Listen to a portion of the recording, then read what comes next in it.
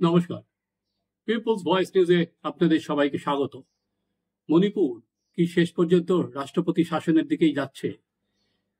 বীরেন সিং পদত্যাগ করার পর এখনো পর্যন্ত আমরা যখন এই প্রতিবেদন করছি, সর্বসম্মতভাবে বিজেপি এমন কোনো মুখকে পায়নি যাদের সংখ্যাগরিষ্ঠ এমএলএরা যার পাশে সাপোর্ট করে।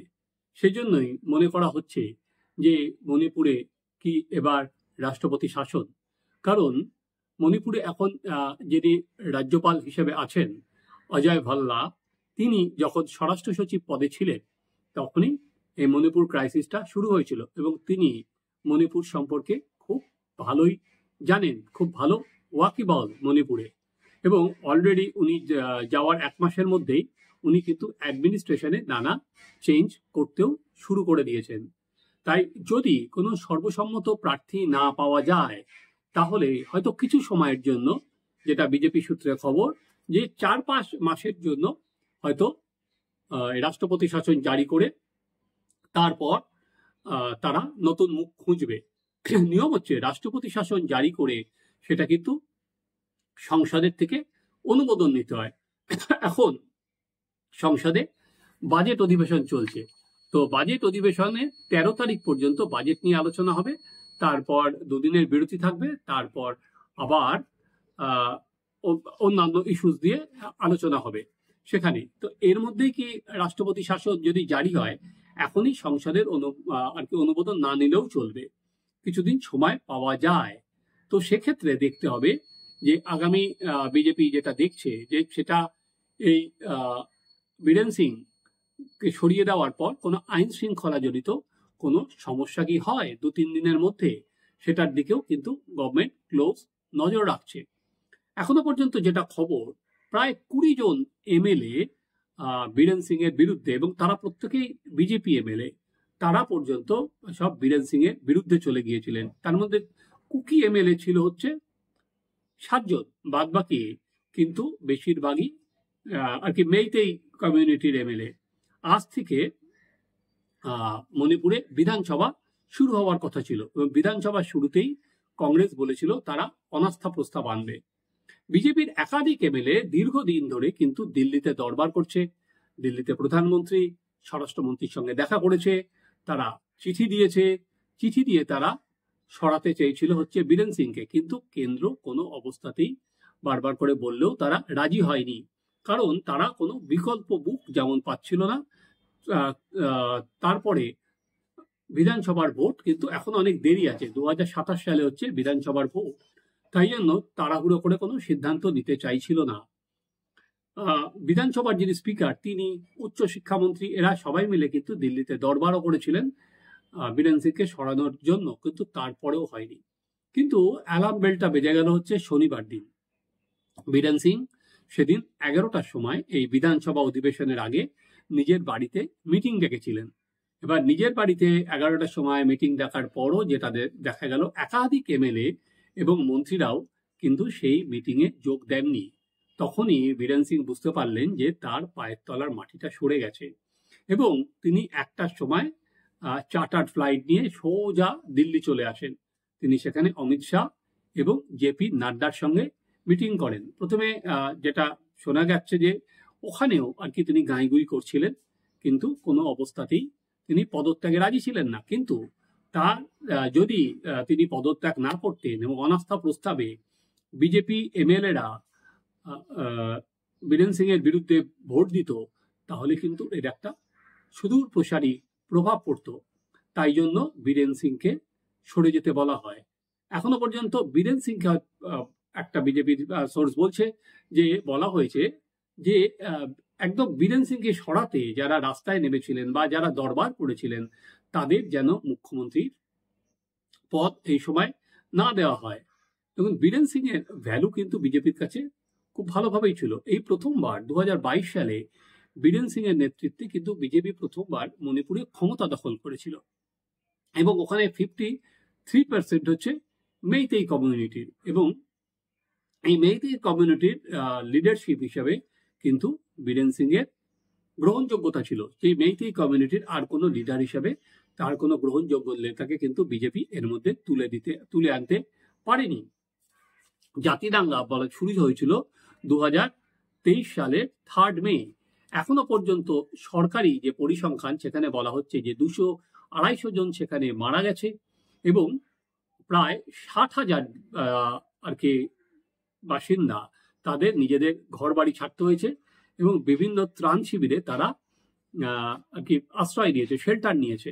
আপনাদের হয়তো মনে আছে আরএসএস এর তরফ থেকেও কিন্তু একটা স্টেটমেন্ট জারি করা হয়েছিল 2023 সালে। সেখানে বলা হয়েছিল সিনসিয়ারলি রিজলভ করতে মণিপুর কনফ্লিক্টকে।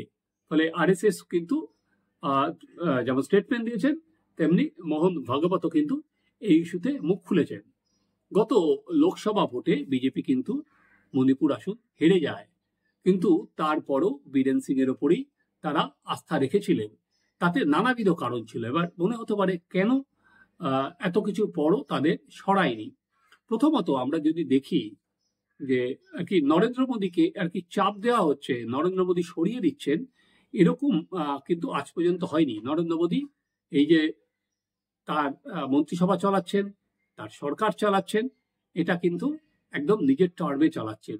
কোনো সময় যে শরিক, এবার অনেকে ভেবেছিলেন যে এনডিএ শরিকদের কাছে তিনি নথি স্বীকার করবেন, সেটা কিন্তু একেবারেই নয়।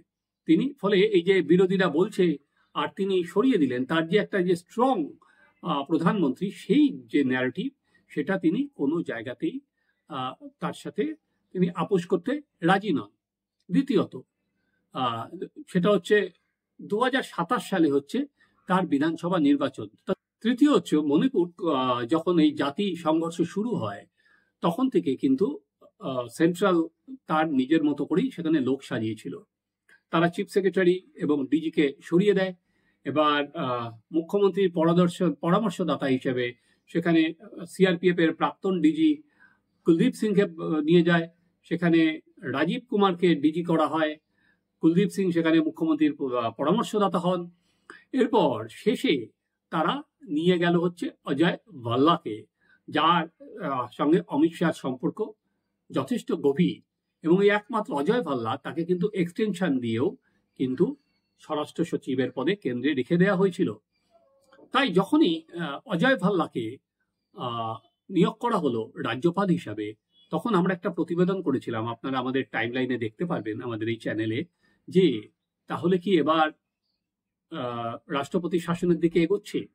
কারণ অজয় ভাল্লার দীর্ঘদিনের অভিজ্ঞতা আছে এবং সেখানে যদি কোনো মুখ গ্রহণযোগ্য না পাওয়া যায় তাহলে এখনো পর্যন্ত এটাই কিন্তু শ্রেয় সেখানে।